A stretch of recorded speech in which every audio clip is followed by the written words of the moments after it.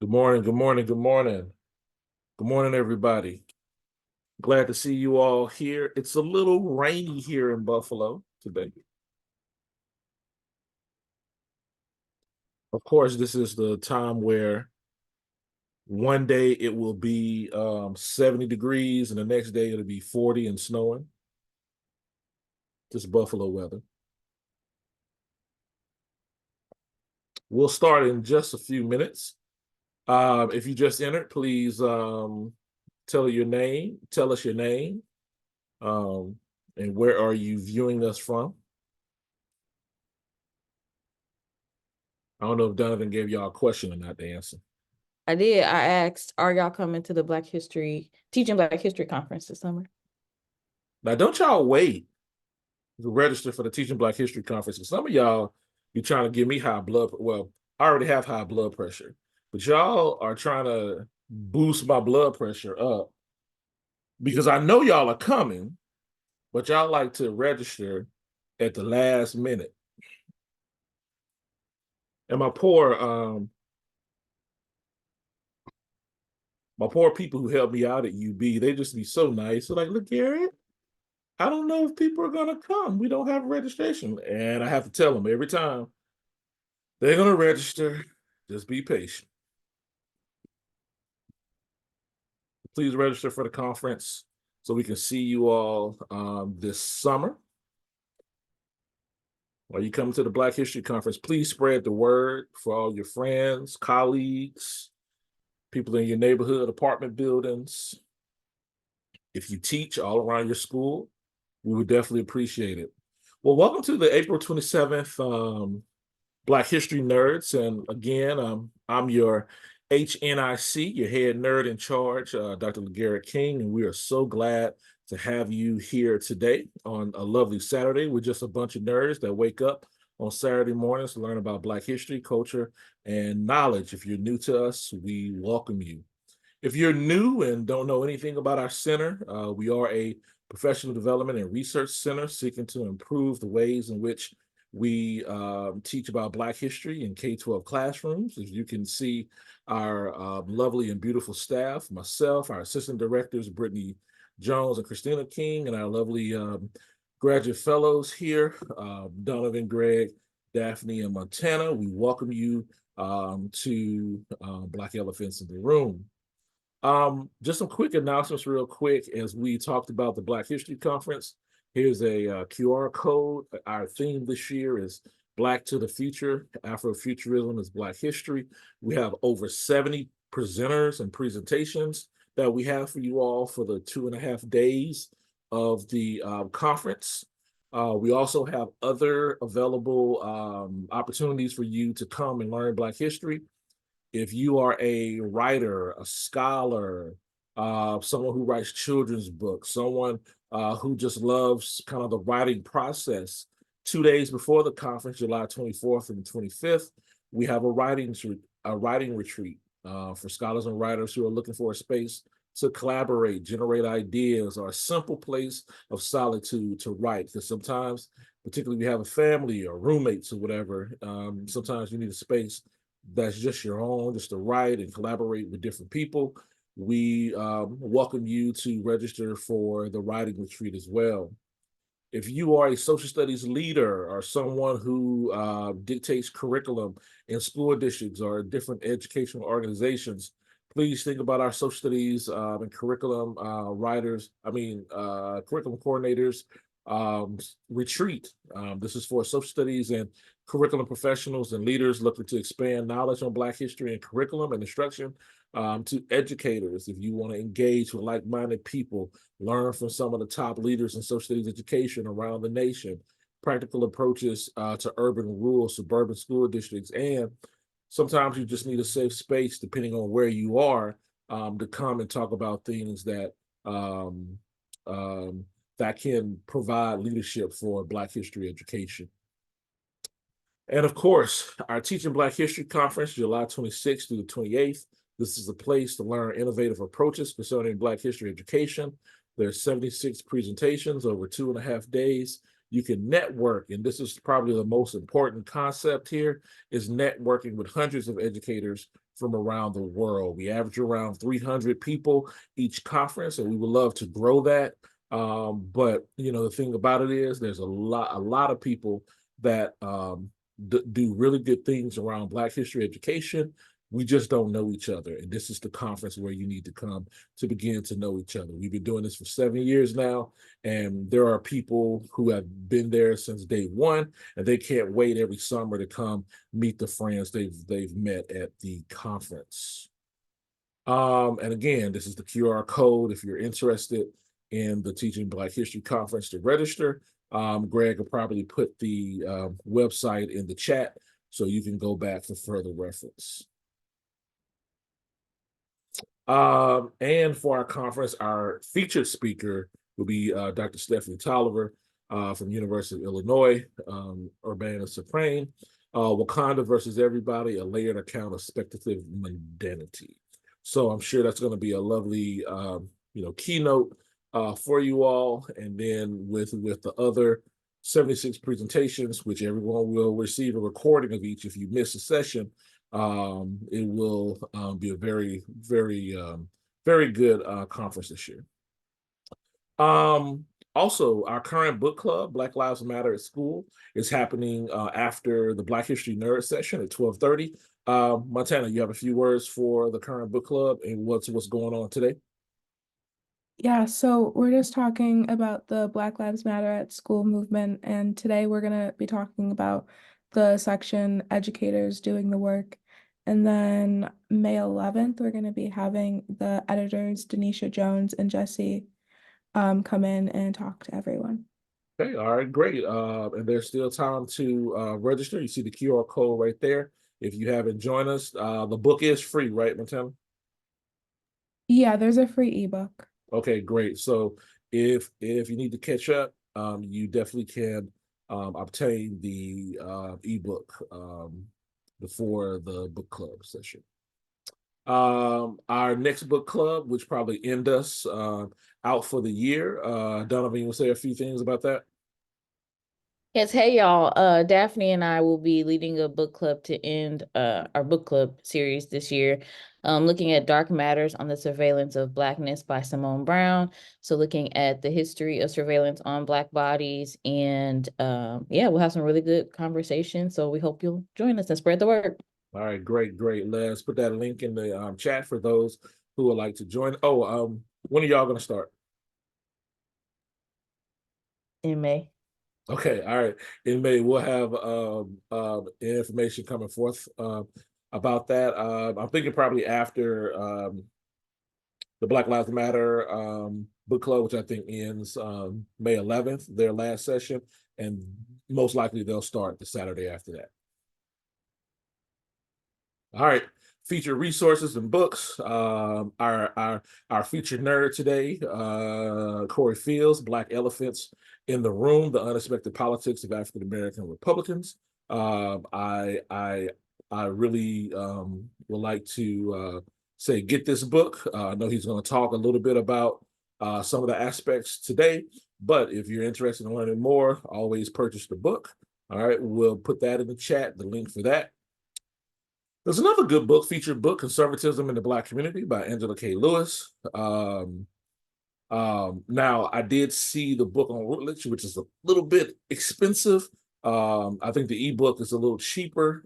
So if anyone finds that book for a little cheaper than what they have it on Routledge or Amazon, then just let us know and we'll make sure we provide that link.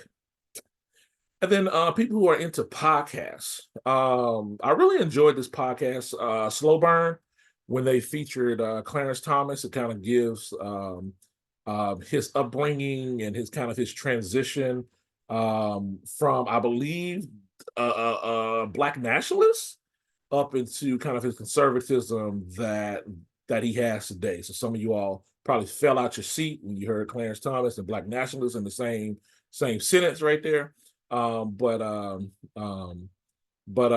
it's a really good podcast. I think there's like 4 or 5 episodes, so it's not really long or whatever the case would be. So if you're doing yard work or whatever, you can just pop that thing on and learn a lot about Clarence Thomas, particularly since, we're talking a lot about the Supreme Court nowadays. All right. So our featured nerd today is Dr. Corey Fields, who works at Georgetown University in DC. He's the author of Black Elephants in the Room, The Unexpected Politics of African American Republicans. Let's see. His research explores the role of identity at both the individual and collective level in structuring social life and ongoing analysis of the relationship between identity, experience, and culture. His work draws on a cultural perspective across a range of methodological approaches that emphasizes the role of meaning and recognizes that identities are enacted in specific social contexts. His current research projects explore how identity structures a range of social behavior across all domains of life, including work, relationships, and politics. He is embarking on a new project that examines the relationship between social and professional identity through the experiences of African Americans in the advertising industry. All right. So, ladies and gentlemen, without further ado, I want to introduce you all to Dr. Corey Fields. Hello, everybody. Thanks for having me. And thanks for coming out this morning. Well, actually for y'all, mobilizing to do this on a Saturday isn't that big of a deal. But as a sort of standard academic, I'm like really impressed that we got some weekend engagement. And I especially want to thank LaGarrett for inviting me to join you guys. I know you spend a lot of time talking about important topics, so I'm honestly a little bit honored that he thought to include me in this series. So it feels like, my I guess academic ego feels a little bit warmed up that I got the call to do this. So let me just jump in and share screen here. And then go slideshow. Okay, so today the talk is going to be drawn from my book about Black Republicans. And what I want to say to start out is, generally conversations about Black Republicans are often structured around what I like to call intake questions, right? Sort of like, why aren't more Black people Republican? And intake issues are framed around like, why can't we get more Black people to be Republican from the right? And from the left, it's more of like why would any Black person be a Republican, right? Like, how could this possibly happen? But what both these questions both these approaches sort of share is this focus on the question is around like, how many Black people are Republican, or what are the characteristics of Black Republicans? And what I wanted to do with the book was actually reorient the question a little bit. And I mean, we can sort of talk a little bit about, the rareness of Black Republicans, right? If you look at, so the blue line represents actual voting, Black people voting for Republican candidates in presidential elections. And the orange dotted line represents identification. So what percentage of Black people hand raise when you say, are you a Republican? Because there is this interesting dynamic of just because a Black person identifies as a Republican doesn't mean they'll actually vote for Republican candidates, which was something I discovered as I started to do this work. But in the last election, 12% of Black voters voted for Trump, right? Voted for the Republican. And that actually represented a slight increase over the previous election. And it's led many people, certainly in the context of the current election, to position Trump as being particularly appealing to Black voters, right? And that this should represent a threat and a concern for Biden. However, I would caution about sort of treating Black turnout for Republicans in the last election as anything particularly special. And in fact, the Obama elections were probably noteworthy for moving the needle of Black support for Democratic candidates even further, right? Like pre-Obama, Blacks were voting for Democratic candidates in presidential elections at about 90%, right? Which is crazy high. But when Obama ran, that number jumped up to like, 94, 96. Some estimates had it even at 97%, which was essentially like moving the needle from crazy high to insanely incomprehensibly high, right? So I would argue that bouncing back to about 10% of Black voters is not the flex that people think it is when it comes to thinking about Trump. So in fact, Trump's 12% really was the standard of what Republican candidates get generally. So I guess the point is to say that, Black Black Republicans are a minority among Black people, but more interestingly, they're also a minority among Republicans, and probably more obviously, they're even more of a minority among Republicans. And I don't have a chart for this, but some measures have Blacks as making up only about 2 to 3% of Republicans. So people in America who identify as Republicans, only about 2 or 3% of those folks are Black, which is just a really long-winded way of saying that, Black folks are minorities among Black people, but they're also minorities among Republicans. But the one thing I wanted to do with the book, and hopefully with the talk today, is to reorient our discussions about Black Republicans from these intake questions of how many to experience questions of what's it like. So I'll talk a little bit today about what separates Black Republicans from other Black people. And if folks are interested, I can talk about pathways into the party in the Q&A if that's something folks want to know more about. But the question today is sort of reorienting, not why do African Americans become Republicans or which African Americans join the Republican Party, but rather the question is, what's it like to be an African American Republican?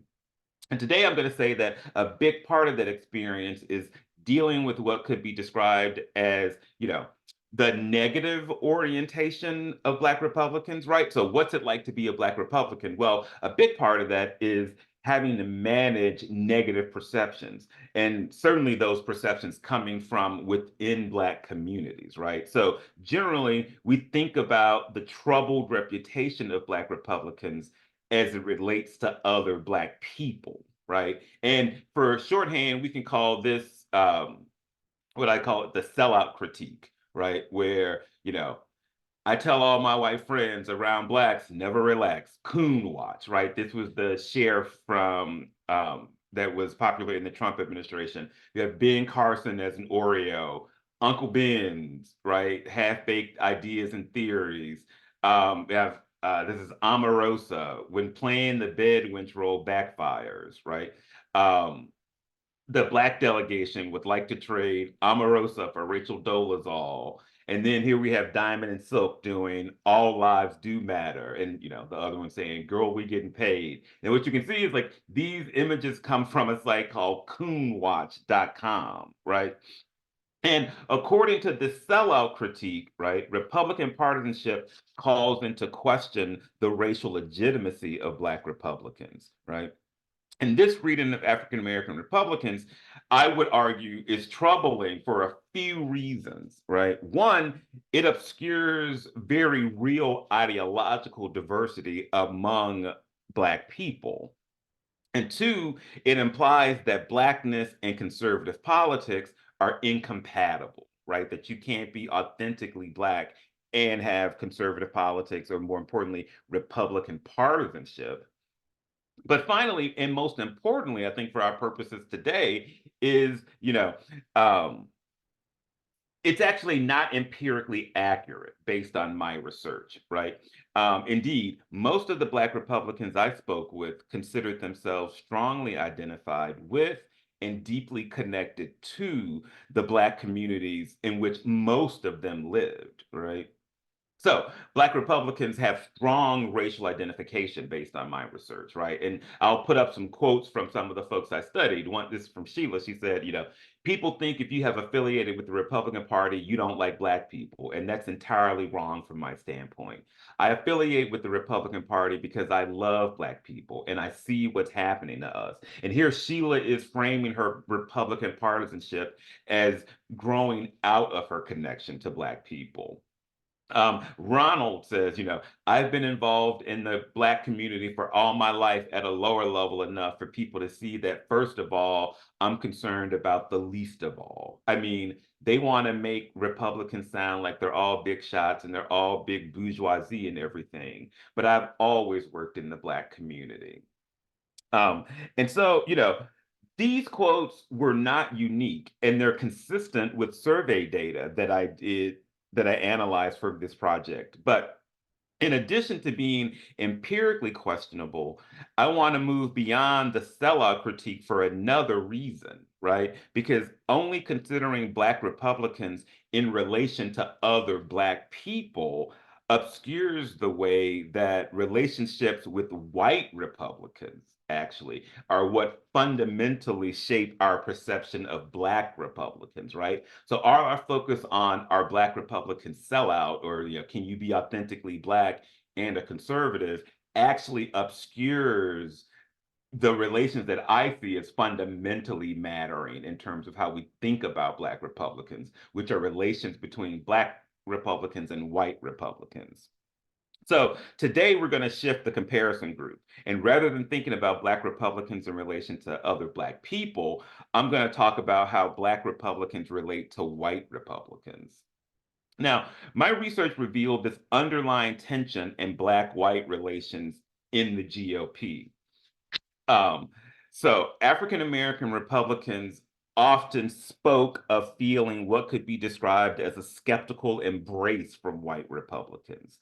So on the one hand, white Republicans are eager to have Black people in the party, right? From like a representational standpoint. And for all the current talk around anti-DEI stuff, right? There is actually a genuine hope and desire to have Black people around, right? But on the other hand, there's this perception among white Republicans that for Black people, race will ultimately trump partisanship or ideology, right? And so that's why I call it the skeptical embrace, because it's like, I want to hug you, but I'm afraid you're going to stab me in the back at any turn. And we saw the skeptical embrace play out pretty explicitly when, for example, Colin Powell endorsed Barack Obama in the 2008 presidential election. After Powell's endorsement, some Republicans were quick to suggest that racial loyalty, not policy beliefs, drove the decision. So Rush Limbaugh was one of the people who was very vocal about this. He said, Secretary Powell says his endorsement is not about race. Okay, fine. I'm now researching his past endorsements to see if I can find all the inexperienced, very liberal white candidates he's endorsed. I'll let you know what I come up with. Similarly, Pat Buchanan in 2008 was saying, all right, we got to ask a question. Look, would Colin Powell be endorsing Obama if he were a white liberal Democrat? And I should have capitalized Democrat there. Right. And then finally, more recently, it's the same thing with, had legs, right? Because Donald Trump in 2020, it says, Obama is about to destroy the military through the sequester. The Middle East is a mess, yet Colin Powell still endorses him. Wonder why, right? And across all these questions, right? There's this real concern about Black loyalty to Republican principles or to Republican ideology, or more accurately, there's this fear of the threat of racial identity overtaking partisan identity or ideological policy positions, right? So there's this sort of skepticism about Black people within the party. And the Black Republican activists I spoke with relayed similar experiences in their own lives, right? African-American Republicans frequently felt that they were under pressure to prove their conservative credentials to white Republicans. So one, Bennett says, I think there's a lack of trust on both sides, but you can't really blame them, honestly. With most of us voting for Democrats, they don't really have any reason to think we would support them. It's race first for most Black folks. That's why leadership in the party thinks it would be a mistake. It wouldn't make sense to come after the Black vote. Now, Bennett, he's blaming the lack of Republican outreach on parties' officials' concerns that Blacks can't be counted on as a reliable constituency, right? So, based on African American Republican stories, white Republicans find them valuable, but also suspect. Consequently, Black Republicans must link their racial identity to conservative politics in a way that leverages the uniqueness of their partisanship without triggering anxiety about their loyalty. And success and comfort within the party depend on doing this. Now, I saw two strategies among the African American Republican activists that I studied, right? One was race blind or colorblind, right? And the other race conscious. Now, what's interesting about these two strategies is that both rely on very different ideas about who Black people are and what they need politically. So I'll talk through both strategies really quickly. The race blind strategy downplays any racial consequences, both beneficial or detrimental, to conservative social policy, and instead focuses on the inherent goodness of the policies. So the merit of any policy is determined outside of its benefits or drawbacks to Black people. And so race is treated as an illegitimate basis upon which to build political opinions. Now, this race blind strategy is founded on a vision of Black people as operating with, this sort of pathological value system.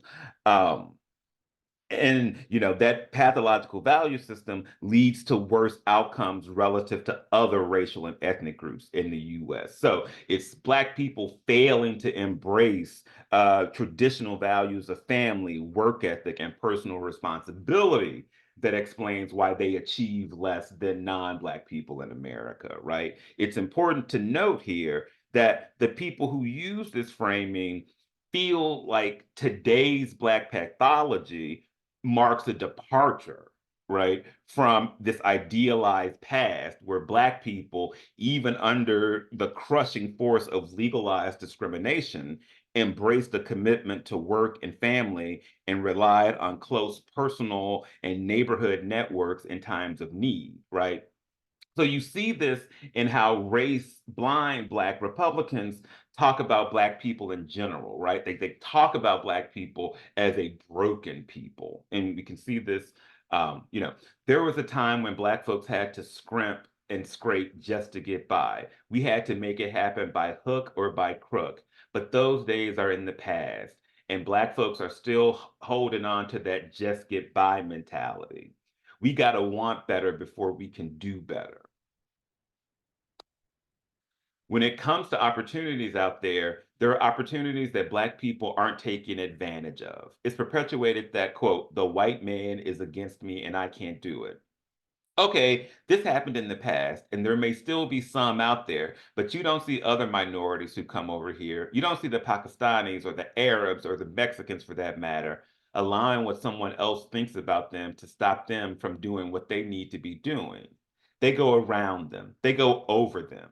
We need to take that same mentality. Nobody is going to stop me from my dream. So, far from being bound by racism and discrimination, the loss of personal responsibility and self-motivation are the causes of Blacks' current position in US society, right? In fact, concern with race and racism is characteristic of the pathology that Black people experience, right? Racism is an excuse for individual failings, not a systematic problem that Blacks need to be concerned about, right? So this vision of Black people undergirds the entire sort of strategy of connecting Blackness and Republican-ness that happens among these race-blind Black Republicans.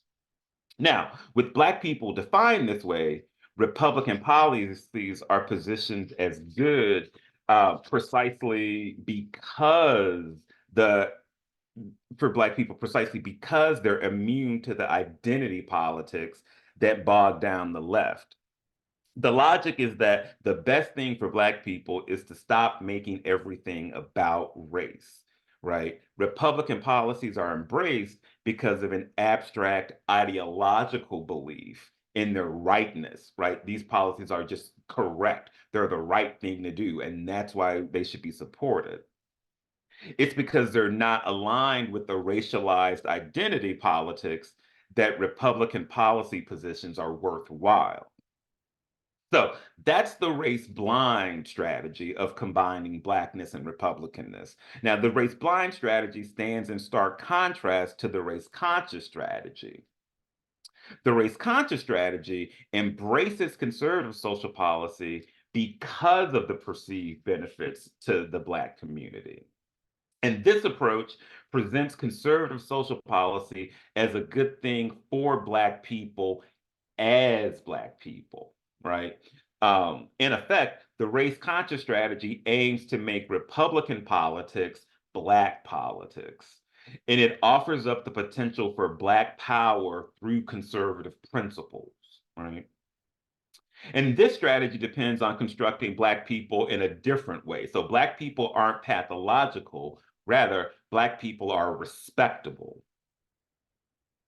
The respectability narrative presents Blacks as sharing mainstream values of hard work, traditional families, and patriotism, right? So we see this, look, I know Black people, and the problem isn't that Black folks don't want to succeed. We want the same things everybody else does, whether you are Black, white, yellow, green, whatever. So the problem is not wanting to do better. It makes me so sick when you get some of our own even saying that, right? And this quote, essentially is calling out race-blind Black Republicans, right? Sort of propagating these narratives of pathology. Similarly, another Black Republican said, you know what they're saying about how Black folks got to work twice as hard for half as much? Well, it's still true. Look at Obama. That's a Black man that's had every advantage, mainly because he grew up around white folks. But just take the average brother on the corner. He's got the same hope and dreams. He probably wants to be president too, but he can't because he doesn't have opportunities to be all he can be. Now, here, Black people are far from pathological, and Blacks that conform to the pathological account are treated as anomalies rather than typical. Black people have the same values and aspirations as everyone else in society. However, according to this perspective, Blacks are not quite like everyone else. But the difference is that Black people are subject to blocked opportunities that constrain their life chances, and those blockages are grounded in their racial identity. So we can see how these different strategies, the race-blind strategy and the race-conscious strategy, sort of impact the way that Black Republicans frame conservative policy positions. And what you'll see here is that both groups of Black Republicans have the same policy preferences. They both dislike abortion, they both support school vouchers, they both want lower taxes, but they frame those issues in very different ways. Whereas, like, for race-blind folks, abortion is bad because it's morally wrong. Whereas race-conscious Black Republicans will talk about abortion as Black genocide, right? Abortion is bad because Black people are disproportionately having abortions, right? And it's hurting the possibility of attacking the potential Black potential futures, right? The number of times I heard from race-conscious Black Republicans, it's like, what if somebody aborts the next Dr. King in the Black community, right? We should be cracking down on abortion for that reason. Whereas the race-blind people would be like, abortion is bad because it's killing a baby. And it's, that's Black, white, whatever, right? Similarly, with school vouchers, race blind folks will talk about school vouchers are good because the market is the best way to distribute resources. And vouchers essentially introduce market principles to public education. Whereas race conscious folks will say what vouchers do are empower Black parents to make decisions for Black kids. And who knows what's best for Black kids, their parents or white school administrators, right? And in some ways, this is connected more broadly to sort of like a small government approach. The race conscious folks are skeptical or support small government because they fundamentally code the government or the state as white, right? And the smaller the government, the less white people are in your life, right? Now, low taxes, right? Race blind folks, low taxes are good because, low taxes stimulate the economy, whereas race conscious folks will talk about low taxes leave more money for Black people to spend in Black communities on Black businesses, right? Now, both approaches on some level frame themselves as being good for Black people, right? But what's good for Black people very much depends on how African American Republicans define the category of Black people. And so, I think it's important to pay attention to this in-group variation when trying to understand Black politics in general, right? All Black people don't think the same way about being Black, but it's especially important when we're trying to make sense of Black Republicans. All Black people don't feel the same way about what it means to be Black. And looking at Black Republicans shows that we have to call into question this sort of broader identity model of politics that's the basis of both the sellout critique and the skeptical embrace. Because I would argue that, the sellout critique of any Black Republican is a sellout to other Black people, and the skeptical embrace that white Republicans have that are like sort of, I can't fully trust Black people, grow out of the same belief system.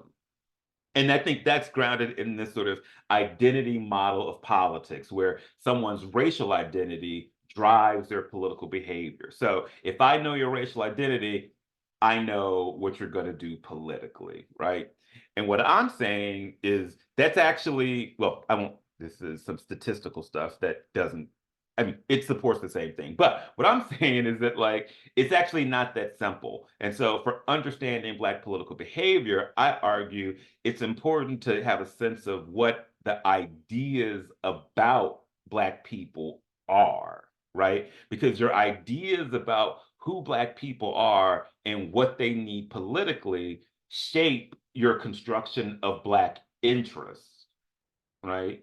Which then your ideas around Black interests shape what you think is the right and appropriate political behavior, right? So it's not so much, my identity as a Black person is what determines my political behavior. Rather, it's my ideas about who Black people are, what's happening to them, that shape the way I construct Black interests, which then determines what I do politically.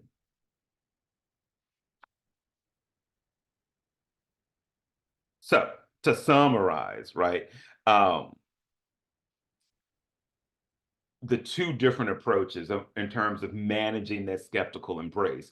The race blind people say race doesn't matter, right? And that's how I can combine being Black with being Republican, mostly because, right, being Black doesn't inform my politics. Now, to be fair to these race blind Black Republicans, being Black might inform where I decide to go to church or even what neighborhood I want to live in, right? It's not that these people are, completely anti-Black and are rejecting all Blackness. They just don't think that Blackness should inform their political choices, right? And the race conscious folks take a different approach, right? Like they see race as fundamentally organizing life for Black Americans. So it always matters. And for them, the link between being Black and being Republican is grounded more in this notion of Black power through conservative principles, because conservative principles are the best thing for Black people as Black people. So this raises a question for me, right? These two different approaches, once I sort of identified them, it became clear it was worth thinking about, do these strategies have equal success in allaying white Republicans' concerns about racial loyalty? And obviously, the answer is no, right? Although both the race blind and race conscious strategies rely on certain attitudes about Black people, they're not equally embraced, nor are they equally effective in allaying white Republicans' concerns. Because only a minority of the people I studied, and I studied Black Republican activists, right? But only a minority of them invoked this race blind strategy. But those informants who were race blind were more embedded in political networks that include white Republicans. And they also reported less conflict in their relationship with white Republicans. So African American Republicans' ability to form alliances with white Republicans often rests on the extent to which both parties in that alliance are reconciled on the role of race in the lives and politics of Black people, right? For example, African American Republicans who invoke a race conscious strategy frequently find themselves at odds with state party leaders over outreach efforts to Black voters, right? So remember, the race conscious strategy allows for Republican policies to be good for Black people as Black people. And the activists who use it are constantly at odds with white Republican officials over race neutral outreach efforts that don't explicitly link conservative social policies to Black interests. So, I mean, one way to think about this is race blind Black Republicans are better able to build connections and alliance with party gatekeepers, right? So when Fox News needs a Black Republican, they call the Black Republican who says race doesn't matter, not the Black Republican who says Black power through conservative principles, even though both exist. And in fact, there are more who are saying Black power through conservative principles, right? So similarly, when Black speakers are needed for the Republican convention, the ones who echo Donald Trump's sentiments are chosen. So in effect, Black Republicans are selected into power as a function of sharing the same approach to race as white Republicans. And one of my respondents expressed this when he explained why he had such positive relations with white Republicans in his state. He said, nobody in the party is going to listen to you if you sound like a radical. We're conservative, not radical. So if you're coming at them with a lot of talk about Black power, they'll just look the other way. This is not a Black thing. It's about conservative values. When you show you believe in that, people will respond to you.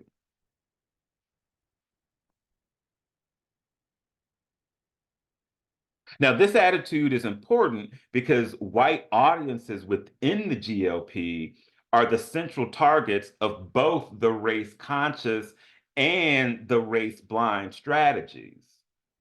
Consequently, sort of success is contingent upon the interests of white Republicans, right? And the lack of conflict between race blind African American Republicans and their white counterparts makes sense, right? Especially in the light of contemporary Republican politics, right? There's this ideological coherence between the race blind politics of some African American Republicans and the general direction of the party. So thinking of Black people as constrained only by personal choices is consistent with the broader GOP platform that stresses personal responsibility and questions the validity of using racial status of minorities to distribute rewards and resources. And more recently, it also fits in nicely with this sort of white grievance model that has come to dominate Republican partisanship.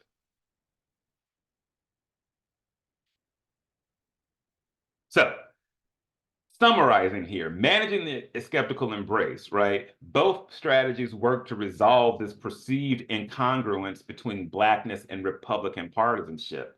But to link race to partisanship requires this particular construction of Black interests that gets grounded in different ideas about who Black people are and what they need. And to be successful in this context means has to resonate with the ideological orientation of white Republicans. So this is sort of final slide here, right? Is to sort of summarize. I think empirically what's interesting about Black Republicans is we can see real and consequential differences among them, right? They're not a monolithic group and they use different strategies to link race and politics. And theoretically, I think this research injects questions of meaning and meaning making into the study of Black politics, right? So the meanings that we attach to race become its own independent variable that varies across racial groups, right? So white people have ideas about who Black people are, but I also want to point to variation among Black people, right, that we don't often attend to, and that there is a lot of sort of internal disagreement around what do we need and who are us. And that these meanings that are attached to race are central in the process of linking group membership to political programs. Yeah, okay, I'll stop there. Let's see. I'm going to stop sharing screen just so I can see more people. All right. All right. Let's give Dr. Fields a hand for his presentation. Very insightful. I know we have a few questions in the chat, but usually stuff I don't do this, but I'll make the first comment and then we can kind of go for other questions and comments from the peanut gallery here. One of the reasons I'm fascinated by Black conservatives / Republicans. I think those are two different sectors of people. I was raised in the South, and I think what has always been missing and has been confusing me as I've been growing up is that I think Black people are more conservative than society understands, right? Yes. I would say for the people that I know, more racially conscious. And then of course you have the social aspects, right? Versus the fiscal aspect, right? They're based on the Black church, religion, et cetera, right? But I guess the frustrating thing with me has always been when I was growing up, particularly when I wasn't very learned about it, I would listen and I'm like, okay, the things that they say about Black folk, I never experienced that from my uncles and from people from the baby boom generation, Generation X, et cetera, right? And I'm like, Black folk don't believe that. Even the conservative folk that I know don't believe what they're saying on television. So, the sellout part for me probably would be those race blind folk, or when For sure. when you cringe when you hear Tim Scott say, "No, I love you" to Donald Trump, you just like, what the hell going like that's the cringe-worthy part. Right. All and those absolutely aspects.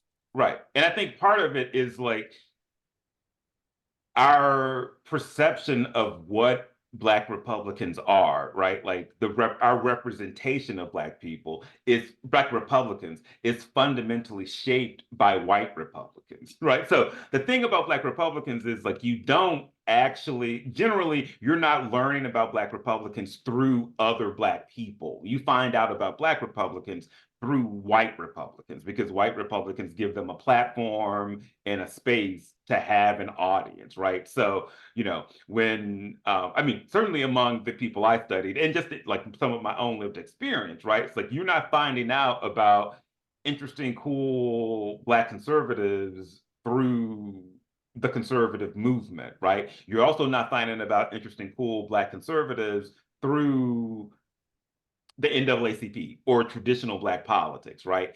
And so the thing is, though, the Black conservatives who get an audience and a platform with white people are the ones who talk about Blackness in the same way that white people do. So it's not surprising, right, that your response to the Black Republicans you see on TV is generally like, nah, I'm good. Because that would be the response you would generally have to white conservatives on TV, because they're sort of talking about Blackness in the same way. And in some ways, that's because the point of them isn't to get more Black people engaged in the party. It's actually to make white Republicans who are on the bubble about going whole hog in on a party that's perceived as racist to feel okay. I mean, after doing this research, I came up with this joke that, like, you know, the person the Black Republican is really aimed to speak to is some white person in Alpharetta, Georgia, outside of Atlanta, who's kind of like, I sort of think a bunch of racist stuff, but I don't know how comfortable I am with that. And then you have Tim Scott getting on TV being like, I love you, Donald Trump, and we need to stop making everything about race. Then that white person is like, okay, right. All this stuff I thought is totally okay because Tim Scott said it too. So I'm good, right? So like the work that Black Republicans are often doing within the context of the party is actually work to bring in, I was going to say ambivalent white people, but like white people who want to, you know, support a racist Republican Party, but don't want to think of themselves as racist, right? And the There was a goal, time that Republicans had values that Black people appreciated years ago. However, certainly, however, now the Republican Party is not the Republican Party we knew back then. certainly historically. Now it's more of a racist, take us back to the past time, and putting those few, quote, Black people out front to speak foolishness to educated, and not necessarily school educated, but educated through life, Black people is not working. There are some principles originally in the Republican Party, which goes back to Lincoln, that were beneficial to us. However, they no longer exist. It has become a racist institution, and to put those people up front to speak to us is an insult. And I will mute myself now. Thank you, I mean, Mr. and I would say, yeah, and I would say, right, certainly like the general parameters that make complete sense, right? Like historically, what the Republican Party's relationship to Black voters have certainly evolved over time, right? And I think, you know, in terms of like what the, I mean, I will say though, I'm not completely convinced that the Republican Party we see today is radically different from the Republican Party we saw under, you know, Reagan per se, right? Like I think the dynamics I'm talking about have a longer history within the party than just That's over about the when the past. change came, because he changed things, and he brought in that old time racist mentality. But we fell for it because we voted for him back then because he thought he was doing something good for us. Right. Unfortunately, he was bringing in change against us. And certainly you can see that when you look at, like, you know, what the face of Black Republicans has looked like over time. So if we even look at, you know, sort of over the past 50, 60 years, even who would be representative of Black Republicans has evolved, right? Because at one point you could have, you know, a Black Republican, like the senator from Massachusetts, who was pro-civil rights, aggressively pro-Black, right? And like that was understood and that was supported and accepted, and he got a platform and resources within the party. But today, the face of Black Republicans is, diamond and silk, right? Like that in itself marks a really clear indication in terms of the evolution of what's going on within the Republican Party itself. One of the things I say is sort of, you can treat Black Republicans as kind of canaries in the coal mine. And partly that like the evolution of the face of Black Republicans tells you about the evolution of the party itself, right? I mean, remember, we used to think about, even when people couldn't stand Clarence Thomas, it was sort of like, well, I can't stand him, but it's like he is a judge, right? Like there was some sort of loose respectability about it. But that was also when the party itself is headed up by, the first George Bush. But as Donald Trump becomes the face of the party, the Black Republicans within it, the Black Republicans who have a faith within the party, take on those characteristics, right? Like characteristics that Donald Trump embraces. So I completely agree with you, Barbara, and that this idea of, the Republican Party gets the Black Republicans it deserves at every turn, right? And that's partly because the way the way Black Republicans are selected for success within the party is that they're chosen based on their alignment with white gatekeepers. All right, so we have 2 questions. I know we have a question by Renisha. Do you feel comfortable in speaking? And then I know I saw Abigail has a question as well. Renisha? Hey, family. Sure, I do. I'm just about to type another one in there because there's so many things running through my head. And thank you, Sister Barbara, for addressing the idea of the history, right? Barbara Ann, please. Thank you. And thank you, ma'am. Yes, ma'am. So every time I have these conversations, people always bring up that MLK was a Republican, right? But again, what exactly are those principles that they're holding on to? Because when I hear the word conservative, when I hear the word sustainability, I always ask the question, what exactly are we trying to sustain? What exactly are we trying to conserve? In the chat, I wrote exactly what is one trying to conserve? What white supremacist narratives? Is it white dominance that we're trying to conserve? Because Black empowerment requires change. So to what extent does one conserve the status quo when it has prevented Black empowerment as a collective? Because for me, what this sounds like too often is Black Republicans are those who are embraced by the Republican Party for the sake of, you're the nice Black who's going to stay in your place or assimilate to being the like to tokenism or to operating in ways that are aligned with colonialism, that are aligned with maintaining the oppressiveness of Black people through our society. It sounds like they're pushing for privilege rather than collective freedom. And that right there is the problem for me, because anybody truly fighting for freedom is fighting for freedom for the collective. Freedom, period, for everybody. Not, oh, well, I'm going to fight till I get mine. And when I get mine, good luck everybody else, I'm out. And that's what happens too often in these so-called movements where some people are only fighting just enough to get what they need and never mind what everybody else needs as a collective. So it's okay that my privilege is rooted in your oppression. That part is what I just can't wrap my head around. Can you speak a little bit to that, please? Well, I guess in terms of, I'm not sure I can explain why some Black people would go along with that outside of they would build on anything that you didn't come up with, right? That there's a sort of individualized way of thinking about,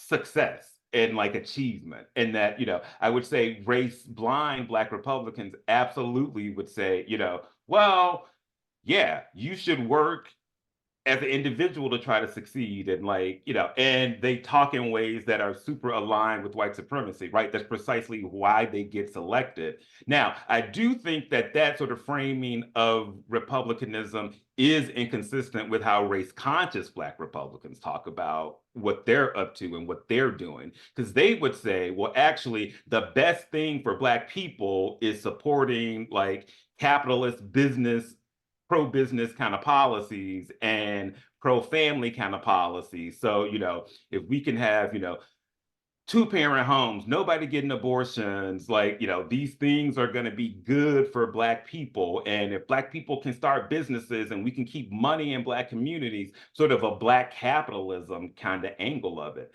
But those Black Republicans find themselves marginalized within the party, right? Sort of pro-Black Black Republicans don't have success within the party, but they definitely feel committed to conservative social policies as the best pathway for Black people, right? So the point I want to make is essentially echoing what you're saying, that yes, there are these sort of, I mean, like I said, Black Republicans who want to ignore race, and they're the ones who find success within the party, and so they get held up as the examples of Black Republicans, right? But they don't necessarily represent the entire universe of Black conservatives, right? And so this question is like, well, you know, is there a way to be Black and Republican? It's like, yes, there is, but then that way of being Black and Republican doesn't make you successful within the party. So nobody ever hears about it because, you know, the only people checking for Republicans are other Republicans.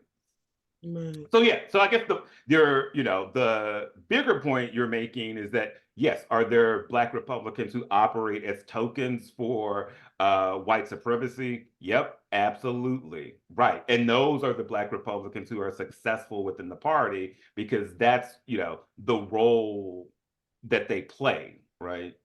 Right. I believe there are a lot of Black Republicans who are being used to draw the rest of us in to accept these old time ways, to take us back because we are making progress coming forward without them. I And do I think think with us being a race, we are progressing without the help of others. And that is, they're coming to a point that, wait a minute, we got to stop this.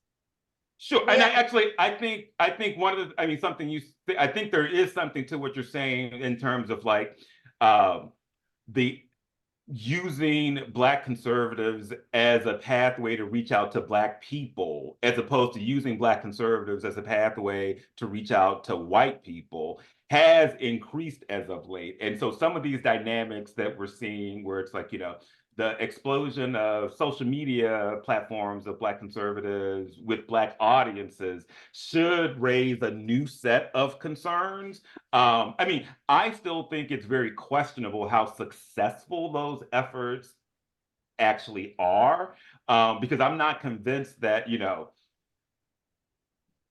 Black voters' ambivalence about Joe Biden means that they're going to go be Republicans. I think it's more likely that they'll be ambivalent about Joe Biden and do nothing, as opposed to like turn into Trump supporters. If the Republican Party showed us something positive that this really aimed at Black America, perhaps, I'm not saying what anybody else would do, but if they would show us some kind of concern for our plight.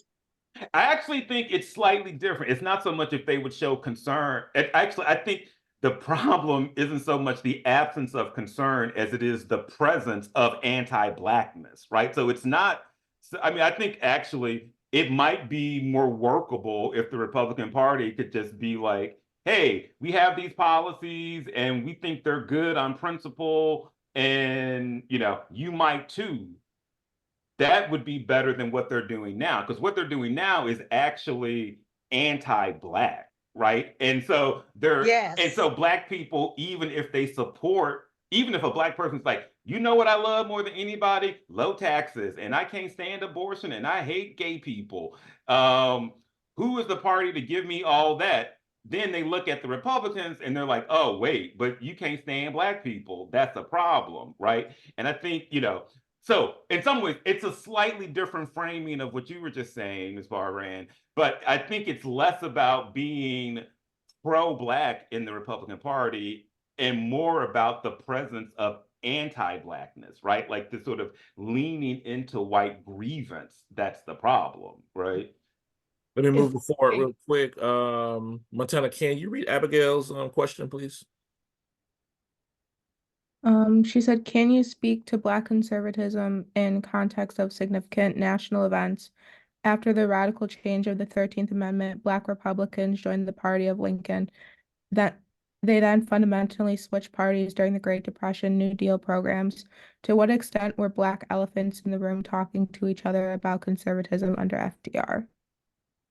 I mean, it's probably better to go to a historian for an answer to that specific question, right? Because, like, I mean, I didn't do sort of historical analysis. I was talking to more contemporary people. But I will say, right, that the presence of conservative ideology is not unique or at all uncommon among Black people, right? In fact, a more relevant or pressing question might actually be, why aren't more Black people Republican, right? Like the issue isn't so much that there's an absence of conservative values and conservative policy preferences even among Black people. The issue is that conservatism hasn't been converted into Republican partisanship, right? So the notion that,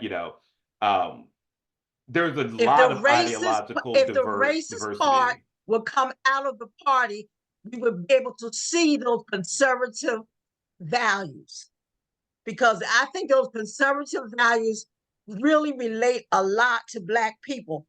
However, there are other things in there, the racism, the sexism, the whatever, that's keeping us away from coming around to anything you all have to say, because the racism is in there.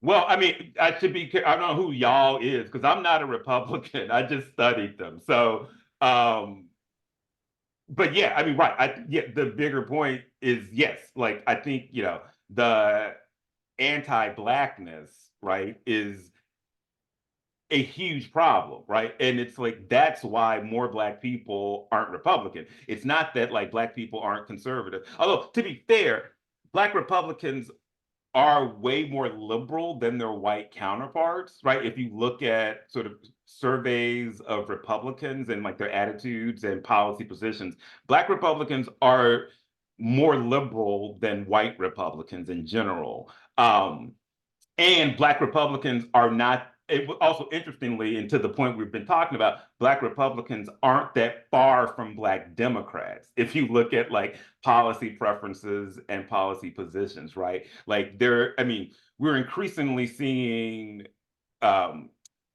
intra-group variation among Blacks, right? Like sort of the progressive end of Black politics extending longer. But honestly, the like rightward movement on Blacks is, I mean, despite, what we might think with like, super high profile right-wing folks in general among Black people, that sort of conservative end of politics is kind of capped, right? So I guess the big point of this is that actually, right, if you look at policy preferences and empirical orientations, there actually isn't a super wide gap between what Black Republicans and Black Democrats actually believe. A big difference is, though, perceptions of the Republican Party, right? And like what the Republican Party is talking about being inhospitable to Black people, like Black engagement and Black participation. All right, so I'll finish us off with one final question and then one final comment before we go ahead about our Berry weekend here. Real quick, Corey, any examples of race-conscious Republicans that you can think of at the moment? No, because right, and I always get this question, right? But that's, I mean, in some ways, sort of central to my argument, right? There aren't really that we would know about because they don't get traction, right? Like they don't actually they don't get a national kind of profile. I would say Michael Steele, now that he's out of power within the party, has certainly taken up and been much more sort of aggressive about sort of articulating a race conscious position. And he's an interesting character if you look at the trajectory of his career, because in Maryland, that's how he rose up, right? Was partly through a sort of race consciousness version of Republican politics, right? But as he got more and more successful, those pieces fell away from, I guess, for lack of a better word, his shtick, right? Like what he was doing. And when he was sort of, central to Republican politics, he very much read as a race blind Black Republican. And once he started to get marginalized from power among Republicans, he started to sort of readopt these sort of race conscious kind of framings. And now that he's like completely marginalized from central party leadership, he's very much, sort of back in the mold of this sort of pro-Black Republican. So, I mean, I think that's, a good example of,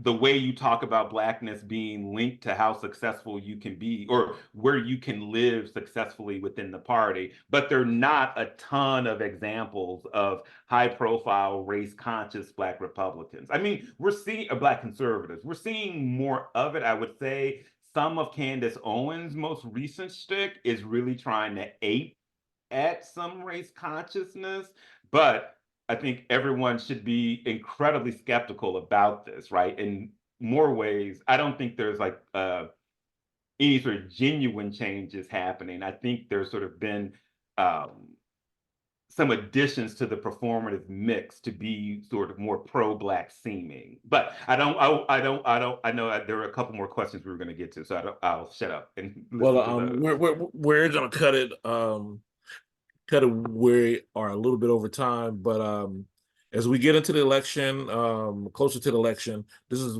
one part that I really dislike coming close to the elections, because as the discourse around Blackness and their voting patterns is very, anti-Black on all different sides, right? Really focusing on this notion that we are agentless people who are not very smart. The same type of discourse happening, throughout, time when Black folk began to start having voting rights and such. So no, and absolutely, and I think important to that point. Like one of the things I'm saying is right. It's like right, exactly. It's important to sort of attribute agency to Black people, right, and to sort of understand that all Black people don't feel the same way about Blackness, and that in and of itself is an important factor because it shapes how people engage politically, what people do. But so many of our analysts and so many of our models of understanding politics assume monolithic attitudes about race, monolithic responses to race.